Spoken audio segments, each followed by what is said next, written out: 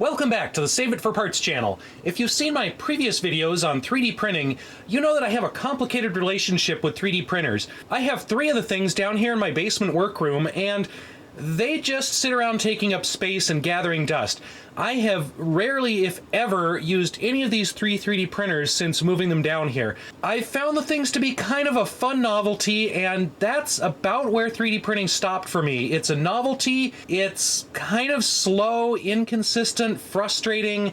For me, it ends up more often than not just creating spaghetti, making a mess, wasting 3D filament, and in general I have yet to really consider it a useful part of my making hobby or a useful tool to have in my shop. All in all, I just have not found a 3D printer that I really like or trust enough to use on a regular basis. Now that is hopefully where Creality comes in. I've just been sent a new Creality Ender 3D printer. This is one of the big names, or at least one of the more well-known names in 3D printing. It is supposed to have a lot of the features that my other ones lack, like auto bed leveling, so hopefully I don't have to spend as much time fiddling around adjusting things. I can just get into 3D printing more quickly and hopefully waste less time on it and get more of a useful product out. But yeah, let's get this all out of the package and see what we have. Now this is a sponsored review because I got this thing for free to test out, but as with all my sponsored reviews, I try to be very fair and honest, give you the pros and the cons, and give you the real scoop on what I think about this thing. Since I have some other videos on 3D printers, ones that I've gotten from fans or found myself, I've got some experience with these things, so I know a little bit what to look for when it comes to features and behavior. Well, here's what's in the box. We've obviously got some assembly required, so I'm going to read through the manual and start putting this together. So this is Creality's Ender 3 V3KE. It's an upgrade to their very popular Ender 3 model. And so far the manual is pretty straightforward. It seems pretty easy to get this together and set up. We've got this beefy pack of accessories, including a USB disk, little toolkit, some starter filament, all kinds of stuff in there. And they included this nice sticker, so I can slap that on the door to my computer room or somewhere in my 3D printing area if I want to.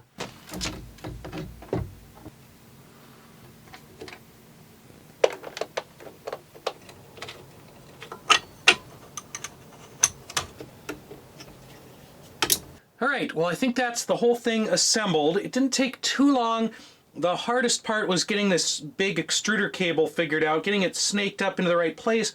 This little clip here, it doesn't really positively lock in. It just kind of sits there, and then it's got these little clips that one of these actually fell off when I was putting it on there. So that seems to be a weak point, but hopefully it's in there securely now. We've got a few tools and parts left over that we haven't used yet. I think this is a spare nozzle, so hopefully we don't need that right away. And I think they just included all the different sizes of Allen wrenches, so you could take the rest of it apart if you need to.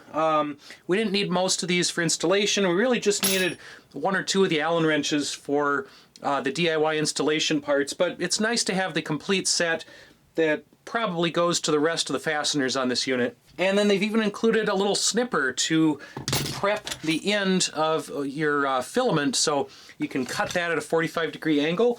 Yeah, they kind of thought of everything when it came to tools with this set.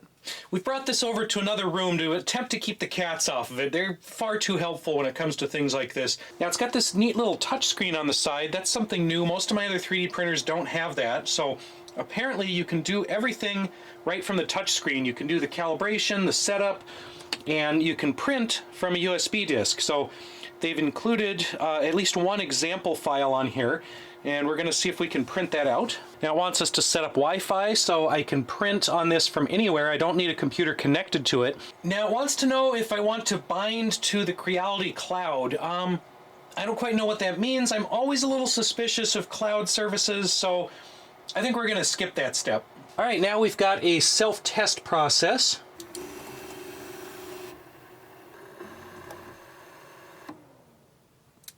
And it's rebooted itself again. I don't know if I've hooked something up incorrectly or I missed some step in the installation. I'm gonna go ahead and email these guys and see if they can tell me what I'm doing wrong. Yeah, the cats are definitely already trying to help with this, so that's why I have my own dedicated 3D printer space with a closable door to keep them out. Okay, I asked Creality why this is rebooting on startup, and they said it might be set to European mode by default. So on the back here, apparently, there is a little hidden hole, and if we can see way in there, I think it is actually set to 230 volts. So where in the US we need it set to 115. Fortunately, they've given us this little tiny screwdriver so we can kind of reach way in there. All right, I think we're set to US mode now, 115 volts.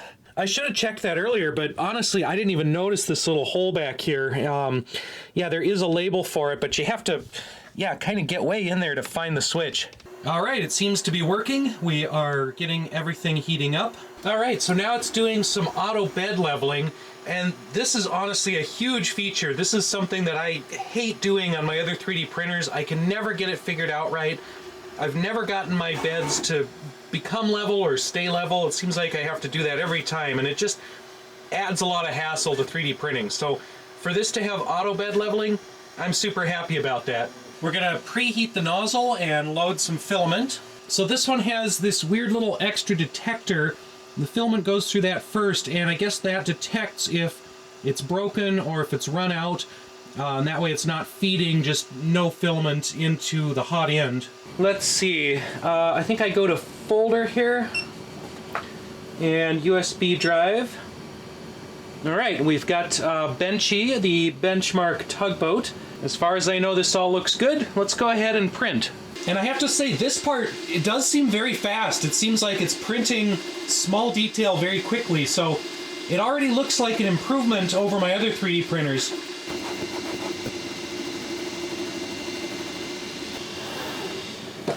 All right, Benchy is finished, and it seemed like that did take right about the 16 minutes that it estimated. Well, I'm certainly not an expert at benchmarking these, but I'd say that looks pretty good. I see one or two minor issues. There's a little bit of droop here, a few little bits and pieces of just loose filament, loose material, but that would clean up with a lighter or a torch pretty quickly. Yeah, let's go ahead and print something else. So that USB flash drive also had a full PDF manual with some more info in it. And it has this Creality print slicer software, so I'm going to go ahead and install that. Okay, so here's our device on the Wi-Fi, so we are connected. I'm actually having some trouble getting it to print over the Wi-Fi. I've added my device, and it says it's added successfully, but then nothing shows up here when I go to try to print from the LAN, so I don't quite know how to print over Wi-Fi. If I click on Send G-code down here, nothing happens. So I guess that feature just doesn't work on here for whatever reason. I'll just go ahead and put it onto the flash drive and take it down there myself. I guess it's nicer to just do it from the main panel here versus over the Wi-Fi, because I would never quite trust if it's actually working without a camera on here. That camera is an optional extra, it didn't come with one, so for now I think I'll just stick with printing from memory sticks. I did a few more test prints, and this one I think came out the best. This is a little, either a game figurine or a little scenery on my model railroad. So I'm comparing him to one that I did on my prior 3D printer.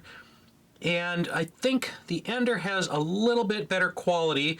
I have to clean up some of the extra material here, but same with this one. There's actually still some extra material even after I cleaned it up. The Ender one just looks a little bit better. The lines are a little cleaner. The detail definition is a little bit better on parts of it. So yeah, overall, I think the Ender is better for that one. So this is another one that I did to challenge the Ender. It's got a lot of complicated parts, little overhangs, little wheels, and we definitely got a little bit of spaghetti, as you can see here. I think this model is still definitely usable. I can take a hot knife and just clean up some of this stuff. And then we did another little minor figure, and again, this is a very complicated one. Lots of tricky areas to print, lots of overhangs. We got mild spaghetti in places, but again, not terrible. I can clean this up. I can make this little guy usable, and I think he's going to be good scenery for one of my railroad projects. I'm using the Creality print program, and it did say that I should add some supports. Now, I tried adding supports automatically. it just made this massive like green blob around him, and then the program crashed. So I don't actually know how to add supports, at least not automatically. I've cleaned these guys up a little bit with a hot knife, and yeah, guy looks pretty decent. He's good enough for my railroad layout. And here's my little prospector from the Creality on the right compared to for my older printer on the left. Again, pretty similar, but I think the Creality Ender did a better job with the details. You can definitely see it's much nicer on the base, did a much better job laying down that base layer. This other one just kind of came out crummy. One more test here. We did a flatter object, a St. Paul manhole coaster, and I think this turned out pretty well, especially compared to when I did with my old 3D printer. You can see on this one the quality is much lower, the definition is much less. The Creality Ender, the quality and definition on this is fantastic. Now, I think part of this might be because the old one did not have auto bed leveling, and the hot extruder head actually may have crashed into the surface a little bit, especially on some of these text areas, so it got a little bit melted on the top. The Creality Ender, with the auto bed leveling, everything came out perfectly. Everything is level, nothing's melted, nothing's detached. Even the bottom is very uniform and clean compared to this one that's a little funky and has some visible lines on it. I think this one on the right from the Ender is the superior coaster, and I'm going to stop using this one to set my drinks on the desk and start using this one. All right, we've tried some small stuff, we've tried some 20 and 30-minute prints, but I think it's time to give this printer a real test. 2.5-hour print. This is a 3D LiDAR scan of my house and some of the surrounding streets. And I might have a separate video showing how I did this and then playing around with cleaning this up a little bit. This one's not the cleanest, but I think it might be a fun little thing to try out. It's going to need a lot more filament, so we've used up just about all of the starter filament that they gave us with the printer. So I'm going to pull that out, and I have a brand new roll of new filament, same diameter. It's the 1.75 millimeter. And I think this turned out pretty good. There's the house, there's the garage. We've got all of our shrubberies in front, our various trees. These aren't actually pointy evergreen trees. These are more lumpy deciduous trees, but these are the raw data files. So these are just where the LiDAR saw tree cover. So it doesn't 100% represent the actual vegetation, but I think it's pretty cool. The elevation looks very accurate. You can see where all the yard contours are, where everything slopes away down the driveway, and you could actually use this to kind of guess where water is going to flow. So that's really cool.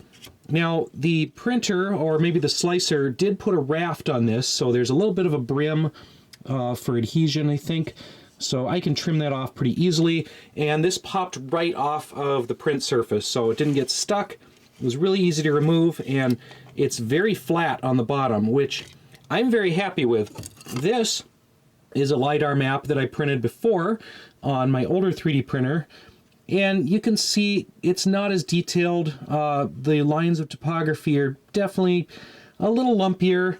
And then this actually started to warp as it printed. So I don't know if you can see on the camera here, it's actually kind of bent on the edge. And I think this one popped off of the print surface as it was printing. So the bottom got a little messy. It had a raft that didn't come off very well.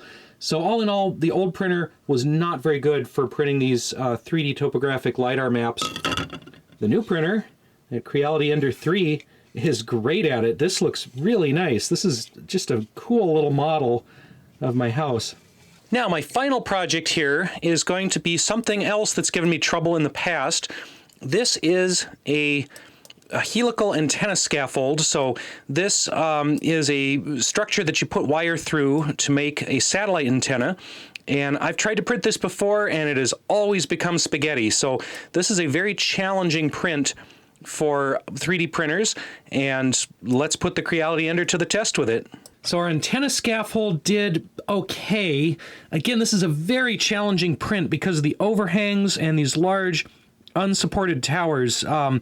If there's any spring in the material, it tends to split apart, and when I printed this before, it would never quite connect up at the top. This one did connect, and 2 of the 3 overhang pieces did just fine. This one got a little messed up. The material started to pop loose here, but it's still connected at the top, and this is perfectly usable. I'm going to be able to use this for an antenna, so it's completely functional. It's just not the prettiest, but again, I can clean this up with a hot knife. Well, so far, I am very happy with the Creality Ender 3 V3KE. I've thrown some really challenging 3D prints at this thing, stuff that has had problems and failures on all my prior 3D printers. I wanted to really push the Creality Ender to its limits, see what it could handle, and really, I've been happy with everything this has put out. I have had nothing that I would call an actual failure. I've had no spaghetti. I've had nothing where I have to cancel and restart the print. Everything has printed basically successfully. A few minor issues here and there, but everything is perfectly usable. Benchy came out great. My little game figures came out very usable. My 3D topography came out great, much more stable than prior ones. Manhole came out basically perfect. There's nothing wrong with this one. And this came out perfectly usable with a few tiny issues, but nothing I can't live with. So again, yeah, I'm very happy with this 3D printer. I am going to probably switch over to using this one for all of my future 3D printing needs. Gonna push some of those other ones to the side, maybe get rid of some of the old ones. Yeah, I think the Creality Ender here is going to take on my main 3D printing duties going forward. So once again, I would like to thank Creality for sponsoring this video, for sending me their latest 3D printer product. I gave it, I think, a really tough test. I gave it a lot of challenging things. Like I said, I try to be very fair and honest with these videos, and if anything, I was really hard on this printer. If you want to check this out for yourself, I will throw the links down in the description below, and you can go over to Creality's website and find one of these for yourself. I hope this has been a helpful review for people. If you follow my videos, you will probably see this 3D printer, or at least products from it, showing up in other future videos as I learn more about how to do things with 3D printing and create things that can help me out with my future projects, especially this thing. I will definitely be using this in a future video. Thanks to everyone for watching, and we'll see you next time.